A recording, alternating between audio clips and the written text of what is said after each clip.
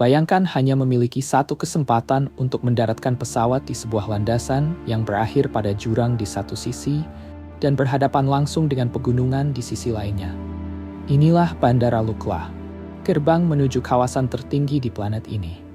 Dan setelah pesawat menyentuh landasan, perjalanan yang menanti tidak menjadi lebih biasa. Justru sebaliknya. Di negara ini, seorang anak perempuan yang masih sangat kecil dapat dipisahkan dari keluarganya, dinobatkan sebagai dewi hidup, lalu dihormati oleh jutaan orang. Di wilayah pegunungannya, sebagian jenazah tidak dikuburkan. Mereka dibawa menuju dataran tinggi yang diterpa angin, dipersiapkan melalui ritual, kemudian dipersembahkan kepada burung nasar agar jiwa dipercaya dapat terbebas dan terlahir kembali. Ketika sebagian besar dunia memasuki tahun 2026, kalender resmi negara ini telah menunjukkan tahun 2083. Hari Minggu menjadi hari kerja, sedangkan Sabtu dianggap sebagai hari yang sakral. Bahkan membunuh seekor sapi dapat membuat seseorang dipenjara hingga 12 tahun. Sekitar 50 juta tahun lalu, anak benua India bergerak menghantam daratan Asia dengan kecepatan yang diukur para ahli geologi hanya beberapa inci setiap tahun. Benturan raksasa itu melipat permukaan bumi dan mengangkatnya menjadi penghalang alam tertinggi yang pernah dikenal planet ini. Di antara dua kekuatan besar itulah Nepal terbentuk. Negara ini menjadi rumah bagi 8 dari 10 gunung tertinggi dunia. Nepal juga merupakan satu-satunya negara berdaulat yang memiliki bendera nasional tanpa bentuk persegi panjang. Di balik atap dunia ini, tersimpan kenyataan yang jarang dimuat dalam buku perjalanan. 1. Kumari, anak perempuan yang dipuja sebagai dewi oleh sebuah bangsa. Di kawasan alun-alun kerajaan lama Kathmandu, terdapat sebuah bangunan dengan jendela-jendela kayu berukir yang bentuknya nyaris tidak berubah selama berabad-abad. Di balik kisi-kisi itulah Kumari tinggal. Ia dikenal sebagai Dewi Hidup Nepal. Kediamannya Kumari Gar berdiri di jantung ibu kota sebagai bukti bahwa batas antara manusia dan kekuatan ilahi di negeri ini bukan sekadar ungkapan simbolis. Tradisi Kumari telah berlangsung setidaknya sejak abad ke-17. Masyarakat percaya bahwa Taleju, salah satu perwujudan paling kuat dari energi feminin dalam agama Hindu, memasuki tubuh seorang anak perempuan yang dipilih dari klan Shakya dalam komunitas Buddha Newar.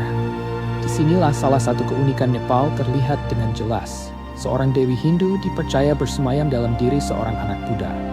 Ia dihormati oleh penganut kedua agama dan menjadi lambang hidup dari keharmonisan keagamaan yang telah membentuk Nepal selama berabad-abad.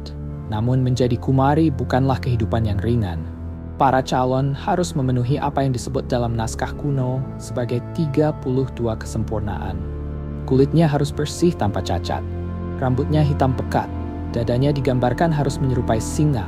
Bulu matanya seperti sapi, sedangkan suaranya harus lembut dan jernih.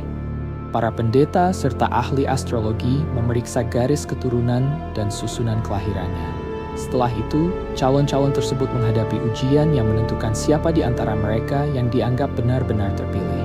Sejak dinobatkan, telapak kaki Kumari tidak boleh menyentuh tanah.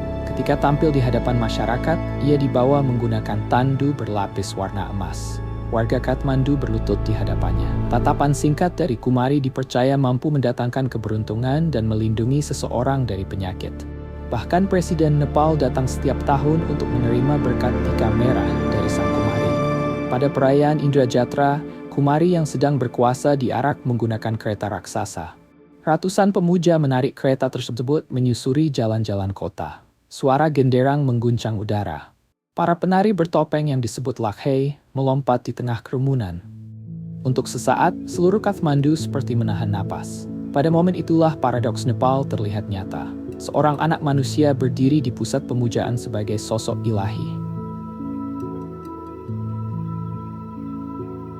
Dua pemakaman langit, kasta, dan aturan yang tidak tertulis. Jika tradisi Kumari mengaburkan batas antara manusia dan dewa, adat pemakaman di beberapa wilayah Nepal menghubungkan kematian dengan tindakan memberi. Di kawasan Himalaya seperti Mustang, Dolpa, dan Manang, permukaan bumi terdiri atas batu yang membeku. Hampir tidak tersedia tanah lunak untuk menggali makam. Kayu bakar juga sangat sulit ditemukan. Pada ketinggian seperti ini, kremasi menjadi sesuatu yang tidak mampu dilakukan banyak keluarga. Selama berabad-abad, sebagian masyarakat mempraktikkan tradisi yang dalam Buddhisme Tibet dikenal sebagai Chator, yang berarti memberikan persembahan kepada burung. Jenazah dibawa menuju dataran tinggi yang terbuka dan terus diterpa angin. Seorang ahli ritual yang disebut Rogyapa mempersiapkannya, sementara para biksu melantunkan doa. Persembahan kemudian diletakkan di atas batu datar untuk burung Nasar Griffon Himalaya. Burung besar ini memiliki rentang sayap yang dapat melebihi 8 kaki. Dalam waktu beberapa jam, yang tersisa di lokasi itu hanyalah bendera-bendera doa yang berkibar keras diterpa angin. Bagi masyarakat setempat, tindakan tersebut bukanlah bentuk penelantaran. Mereka melihatnya sebagai wujud belas kasih terakhir. Dalam keyakinan Buddha Tibet, setelah kehidupan berakhir, tubuh tidak lagi menjadi tempat jiwa berdiam. Menyerahkannya untuk memberi makan makhluk hidup lain dianggap sebagai perpisahan paling murah hati yang dapat diberikan seseorang. Burung-burung Nasar itu bahkan disebut Dakini atau penari langit. Mereka dipercaya sebagai makhluk suci yang membantu membawa jiwa menuju kelahiran berikutnya. Namun, tradisi ini semakin jarang ditemukan. Generasi muda mulai memilih kremasi. Pada saat yang sama, populasi burung Nasar mengalami penurunan besar setelah obat hewan bernama diklofenak mencemari bangkai ternak di berbagai wilayah Asia Selatan sejak dekade 1990-an. Sementara orang mati menjalani ritual menuju kebebasan, masyarakat yang masih hidup tetap membawa beban sosial yang tidak selalu terlihat. Sistem kasta Hindu secara resmi telah dihapus melalui hukum Nepal pada 1962. Meskipun demikian, pengaruhnya masih terasa dalam kehidupan sehari-hari. Susunan lama yang terdiri atas Brahmana, Ksatria, Waisya, dan Sudra tetap bertahan dalam berbagai bentuk. Di luar keempat kelompok tersebut, terdapat kelompok kelima yang secara historis diberi cap sebagai orang-orang yang tidak boleh disentuh. Di sejumlah desa, kasta masih memengaruhi siapa yang dapat dinikahi seseorang, dari sumber air mana ia boleh mengambil air, dan apakah dirinya diperbolehkan memasuki dapur tetangga. Di kota-kota seperti Kathmandu dan Pokhara, generasi profesional muda mulai duduk dan minum teh bersama tanpa memandang kasta. Mereka berusaha meruntuhkan sisa-sisa batas yang masih bertahan. Selain kasta, terdapat aturan sosial yang melintasi hampir semua kelompok masyarakat. Konsep Jutho mengatur soal kemurnian. Ketika bibir seseorang telah menyentuh piring atau cangkir, wadah tersebut dianggap telah terkontaminasi secara ritual. Karena itu, makanan dari piring yang sudah digunakan tidak dibagikan kepada orang lain. Ketika minum, sebagian orang menuangkan air langsung ke dalam mulut tanpa membiarkan bibir menyentuh tepi wadah. Kesopanan di sini bukan sekadar kebiasaan, melainkan bagian dari kebersihan spiritual. Tangan kiri dianggap tidak bersih dan tidak digunakan untuk memberi atau menerima barang, terutama makanan dan uang. Dalam rumah tradisional, dapur diperlakukan seperti ruang suci. Orang luar yang masuk tanpa izin dapat menyebabkan keluarga melakukan ritual penyucian yang mahal. Salam dilakukan dengan merapatkan kedua telapak tangan sambil mengucapkan Namaste. Kepala orang lain tidak boleh disentuh, kaki tidak boleh diarahkan kepada seseorang. Pasangan biasanya menghindari kemesraan di ruang publik, tetapi dua sahabat dengan jenis kelamin sama dapat berjalan sambil berpegangan tangan sebagai tanda kedekatan. 3. Kalender yang lebih maju, 57 tahun, minggu kerja, dan bendera yang tidak biasa. Nepal bukan hanya tampak berbeda. Negara ini bahkan menghitung waktu dengan cara yang berbeda dari sebagian besar dunia. Ketika kalender Gregorius menunjukkan tahun 2026, kalender resmi Bikram Sambat di Nepal telah memasuki tahun 2843. Perhitungan tersebut dikaitkan dengan kemenangan Kaisar Vikramaditya atas bangsa Saka pada 57 sebelum Masehi. Kalender ini bukan peninggalan yang hanya dipajang di museum. Seluruh dokumen pemerintahan, jadwal sekolah, agenda pengadilan, dan undangan pernikahan menggunakannya. Tahun baru Nepal jatuh pada pertengahan April, saat musim semi menyelimuti perbukitan dan masa bercocok tanam dimulai. Beberapa bulan dalam kalender ini dapat berlangsung selama 32 hari. Setiap tahun, sebuah komite menerbitkan daftar baru berisi tanggal-tanggal yang dianggap baik untuk pernikahan, peresmian rumah, dan pembukaan usaha. Hari libur mingguan Nepal juga berbeda. Sabtu bukan minggu menjadi hari istirahat. Sabtu dikaitkan dengan Shani, dewa keadilan dan karma. Pekerja pada hari tersebut dipercaya dapat mengundang kemalangan. Sebaliknya, Minggu dikaitkan dengan Ravi, dewa matahari. Pekan baru dimulai dengan cahaya dan harapan akan keberuntungan. Lalu ada bendera Nepal. Bentuknya terdiri atas dua segitiga merah tua yang bertumpuk dengan garis tepi biru. Bentuk itu mencerminkan puncak-puncak Himalaya dan melambangkan dua agama utama Nepal, Hindu dan Buddha, yang hidup berdampingan. Bulan sabit dan matahari pada permukaannya menyampaikan harapan bahwa Nepal akan bertahan selama kedua benda langit itu masih bersinar. Tidak ada negara berdaulat lain yang meninggalkan bentuk persegi panjang seperti Nepal. 4. Masyarakat patriarkal, poliandri, dan tradisi Chhaupadi. Pakaian tradisional Nepal menyampaikan identitas melalui bentuk, bahan, dan simbol. Para pria mengenakan daura serual yang diikat dengan 8 tali. Setiap ikatan dipercaya mewakili kekuatan pelindung. Pakaian itu dilengkapi daka topi, penutup kepala yang dibuat dengan tenunan tangan. Di dataran rendah Terai, banyak perempuan mengenakan sari. Perempuan Niwar menggunakan hakupatasi, kain hitam dengan hiasan merah. Di wilayah tinggi, perempuan Sherpa membungkus tubuh dengan bahu dari wol tebal sebagai perlindungan terhadap dingin pegunungan. Setiap helai kain dapat menunjukkan daerah asal, kelompok etnis, dan sejarah pemakainya. Namun, ukuran kecantikan di Nepal mulai berubah akibat tekanan budaya global. Kulit cerah masih sering dianggap sebagai gambaran ideal. Pandangan tersebut berakar pada prasangka kelas di Asia Selatan dan kini diperkuat oleh media sosial. Ketidakpuasan terhadap tubuh meningkat di kalangan perempuan muda dan mulai menimbulkan dampak terhadap kesehatan mental. Ajang Miss Nepal berusaha memperluas makna kecantikan dengan menilai kemampuan berbicara di depan umum serta kepedulian sosial para peserta. Walaupun demikian, para pengkritik mencatat bahwa sebagian besar pesertanya masih berasal dari keluarga-keluarga berada di Kathmandu. Di balik pakaian penuh warna, struktur masyarakat Nepal menyimpan pertentangan yang tajam. Nepal masih sangat patriarkal. Laki-laki umumnya menjadi kepala rumah tangga dan mengambil keputusan utama. Anak perempuan terkadang digambarkan sebagai kekayaan yang kelak menjadi milik keluarga lain. Di pedesaan, apabila pekerjaan rumah dan pertanian dihitung bersama, perempuan bekerja sekitar 25 hingga 50% lebih banyak daripada laki-laki. Meskipun demikian, kontribusi ekonomi mereka sering tidak terlihat atau tidak diakui. Di wilayah barat jauh Nepal, ketimpangan tersebut mencapai bentuk paling keras melalui tradisi Chhaupadi. Ketika mengalami menstruasi, perempuan dinyatakan tidak suci dan dikeluarkan dari rumah keluarga.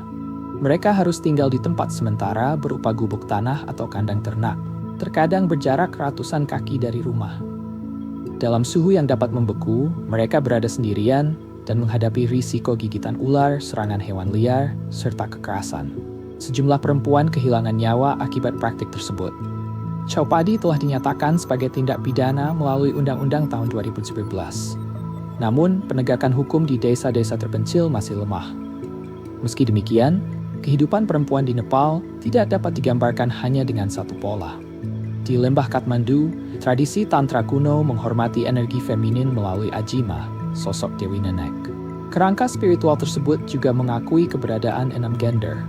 Di Humla dan Mustang terdapat poliandri persaudaraan, yaitu beberapa saudara laki-laki menikahi seorang perempuan yang sama.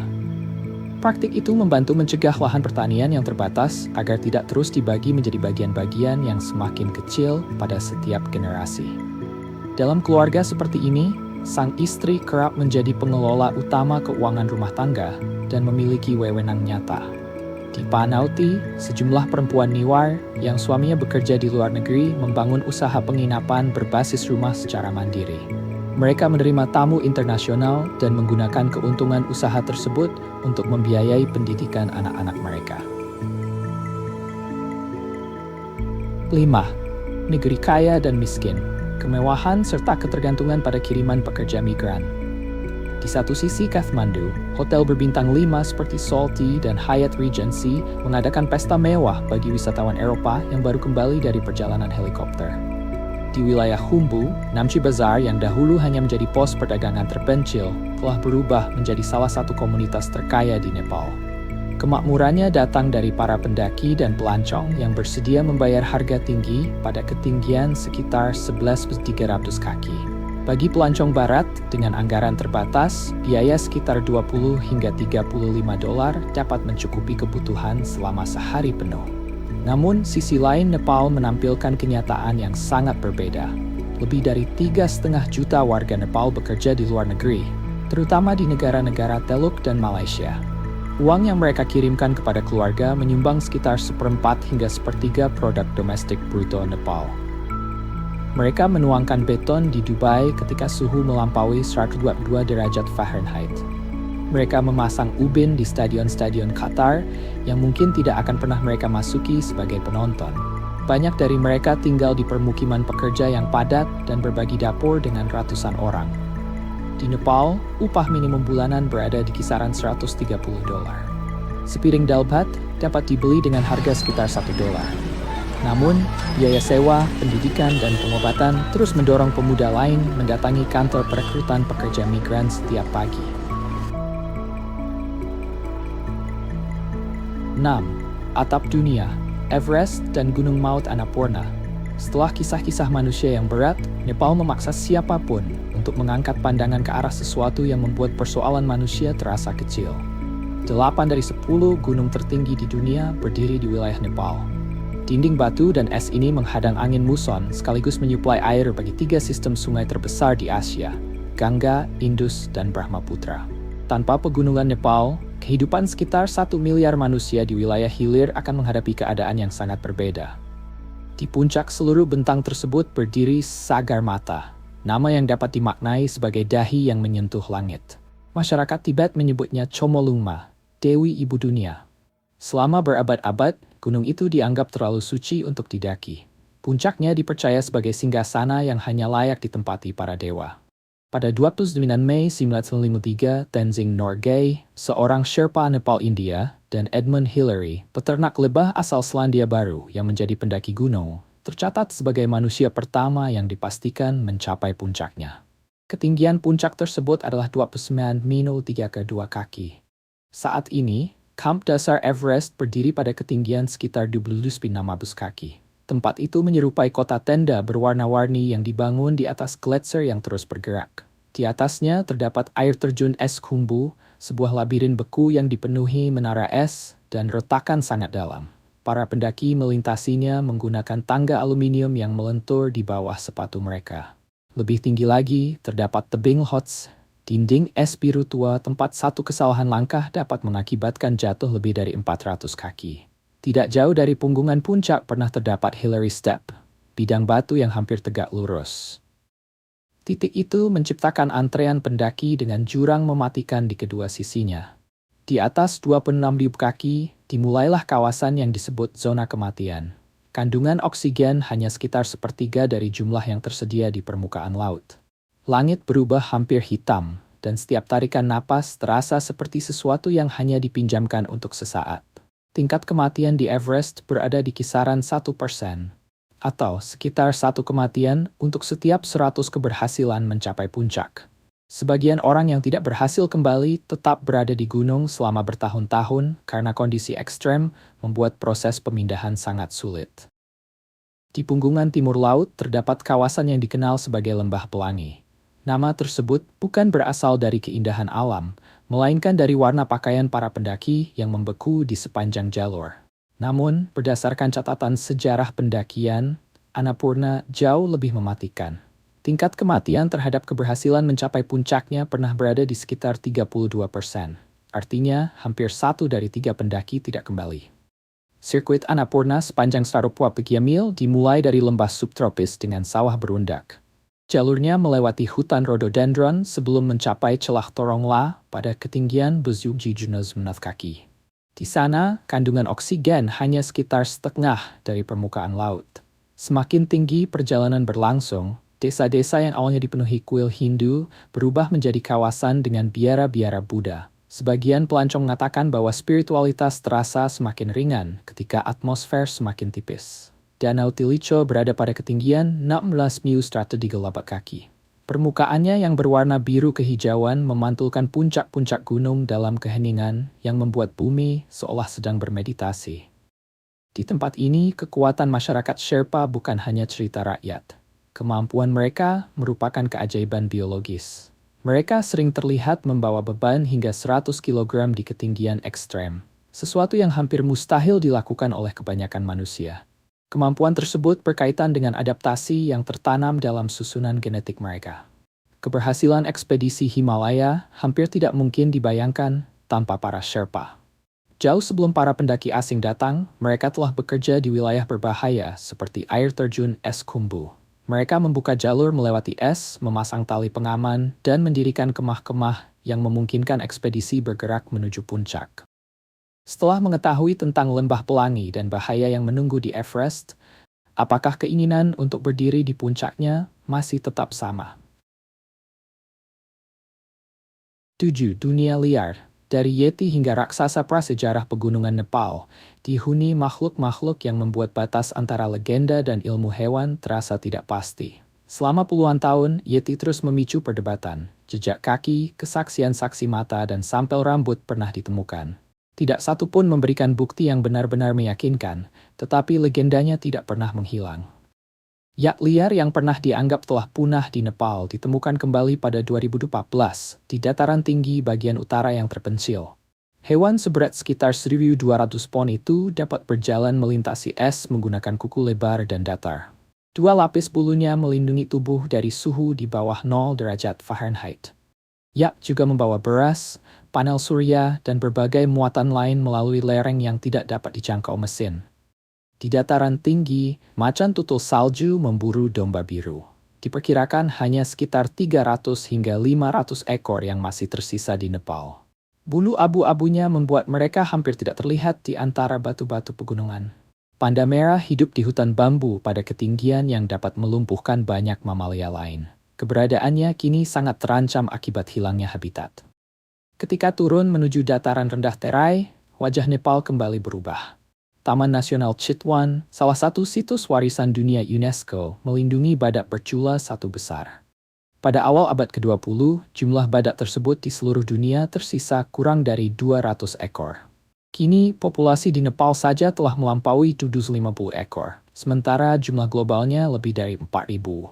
Populasi harimau Benggala meningkat hingga kira-kira 2 kali lipat berkat jalur perlindungan satwa yang melintasi perbatasan.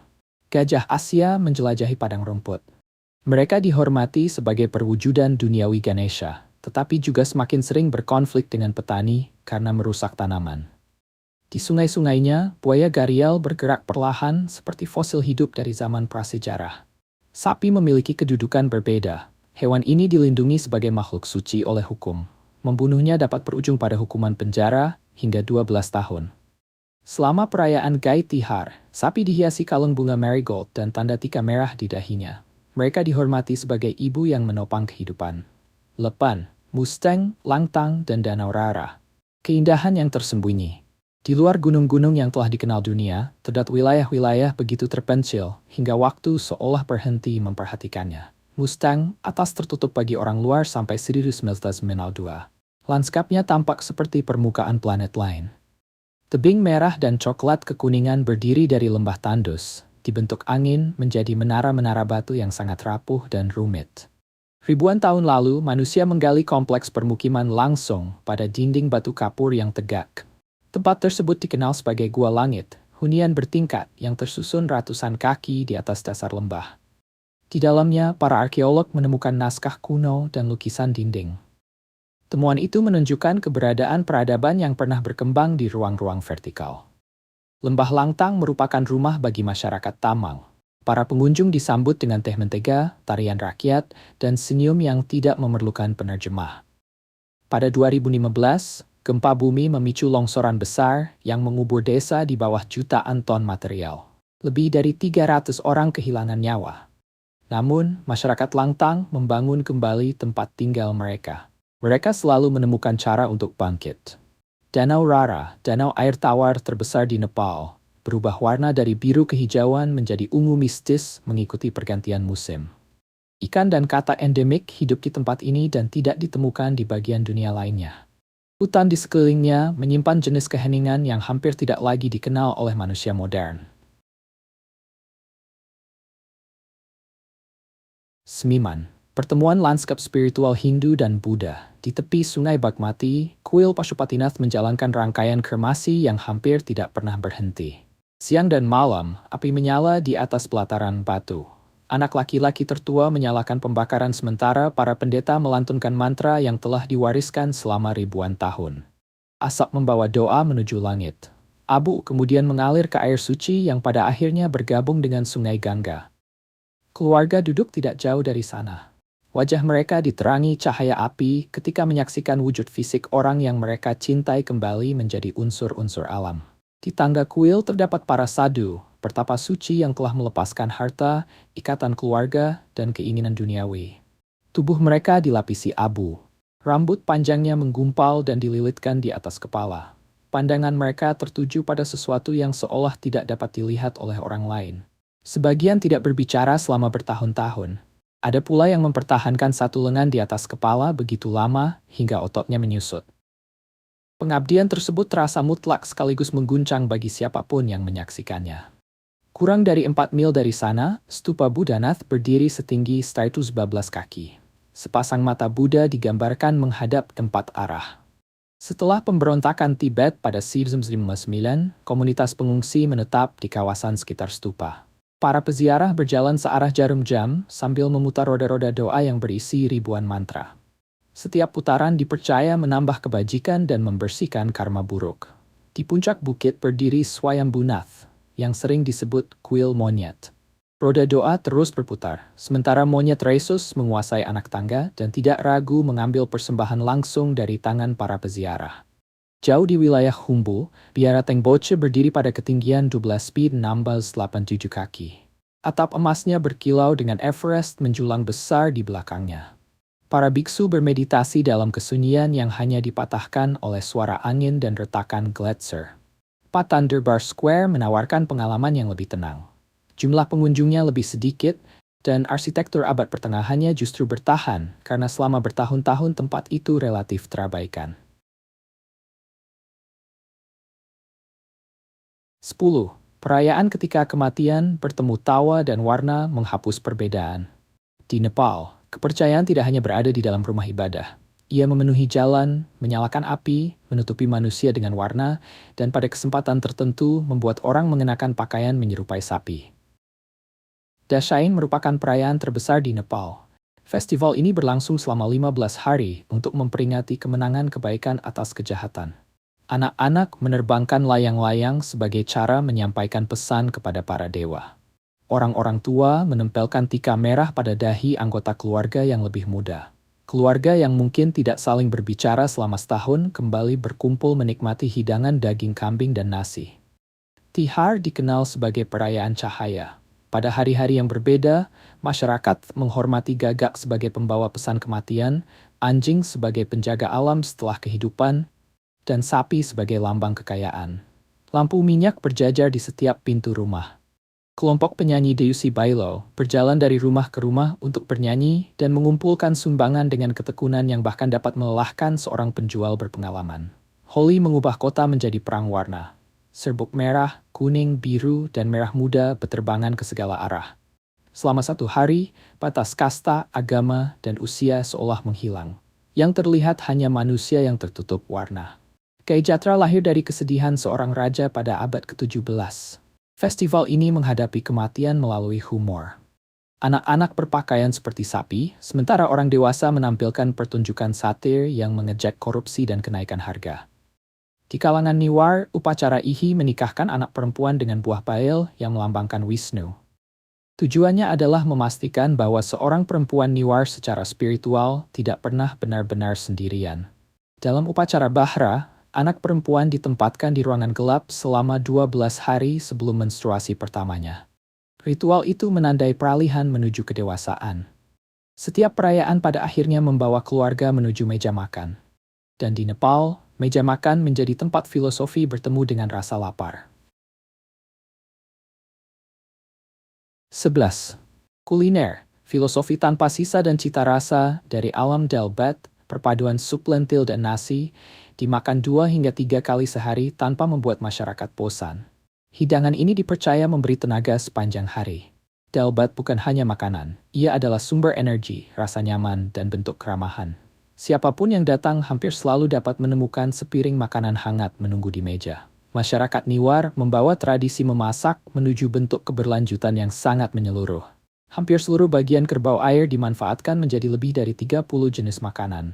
Sapum hica dibuat dari bagian perut yang diisi. Swan menggunakan paru-paru yang diberi isian. Nyapu merupakan otak goreng. Hi berupa olahan darah, sedangkan Boshandra merupakan sosis darah. Tradisi berusia sekitar 2000 tahun ini menjadi cara menghormati hewan dengan tidak menyia-nyiakan bagian apapun. Di dataran tinggi, teh mentega yak memiliki tekstur kental seperti kaldu. Rasanya asin dan kaya lemak. Minuman tersebut menyediakan energi untuk bertahan hidup, sekaligus membantu mencegah bibir pecah-pecah di ketinggian. Di dataran rendah, pertanyaan "sudah minum teh?" digunakan sesering sapaan biasa. Aila, minuman beralkohol kuat dari beras, dituangkan dari wadah berleher panjang dalam berbagai upacara. Sel roti berbentuk cincin nasi goreng, sedangkan yomari merupakan pangsit manis berisi molase. Keduanya hadir dalam perayaan panen. Di Nepal, makanan merupakan ingatan, jati diri, dan rasa syukur yang disajikan di atas piring logam. Seluruh bagian kisah ini bertemu dalam sebuah negara yang sekaligus sangat tua dan sangat rapuh. Durbar Square di Kathmandu menyerupai museum tanpa dinding. Istana Hanuman Dhoka, kuil Taleju, dan topeng batu Kal Bhairab berdiri terbuka. Becak serta sapi berjalan di antara bangunan suci yang lebih tua daripada masa kehidupan Christopher Columbus. Aroma asap kendaraan bercampur dengan dupa. Namun, kota ini perlahan mengalami penurunan permukaan tanah. Puluhan tahun pengambilan air tanah telah menguras lapisan penyimpan air. Bangunan yang telah berdiri selama berabad-abad mulai mengalami keretakan. Menara Darahara hancur dalam gempa 2016. Bangunan tersebut kemudian didirikan kembali hingga mencapai ketinggian 236 kaki dan diresmikan pada 2012. Menara itu menjadi lambang dari kemampuan Nepal untuk bangkit. Bhaktapur terasa seperti kota yang membeku pada abad ke-15. Kuil Nyatapola yang memiliki 5 tingkat berhasil bertahan dari setiap gempa besar. Di istana kerajaan terdapat jendela merak, ukiran kayu dengan bentuk bulu yang seolah terbuka untuk selamanya. Karya tersebut dianggap sebagai salah satu ukiran kayu terbaik di Asia. Di wilayah selatan Terai, Lumbini menandai tempat kelahiran Siddhartha Gautama, manusia yang kemudian dikenal sebagai Buddha. Kuil Maya Devi berdiri tepat di atas lokasi tempat Ratu Maya Devi dipercaya melahirkan pada abad ke-6 sebelum Masehi. Tidak jauh dari sana, sebuah pilar berusia sekitar 200 tahun yang didirikan Kaisar Ashoka masih berdiri. Tulisan pada pilar itu menjadi bukti keaslian lokasi tersebut selama ribuan tahun. Berbagai negara membangun biara dan kuil di taman suci sekelilingnya. Menara emas Myanmar, pavilion berhias dari Thailand, pusat meditasi minimalis Jerman, dan bangunan sederhana Jepang berkumpul dalam satu kawasan. Di sudut Nepal yang tampak sederhana inilah berdiri salah satu tujuan ziarah paling penting di dunia. Hal yang menyatukan seluruh Nepal adalah semangat hidup masyarakatnya. Para Sherpa membaca perubahan cuaca melalui bentuk awan. Mereka mengangkat muatan yang bahkan dapat membuat seekor bagal kewalahan, lalu membawanya melewati udara dengan kandungan oksigen hanya setengah dari kondisi normal. Dalam gelap, mereka melintasi air terjun es Khumbu.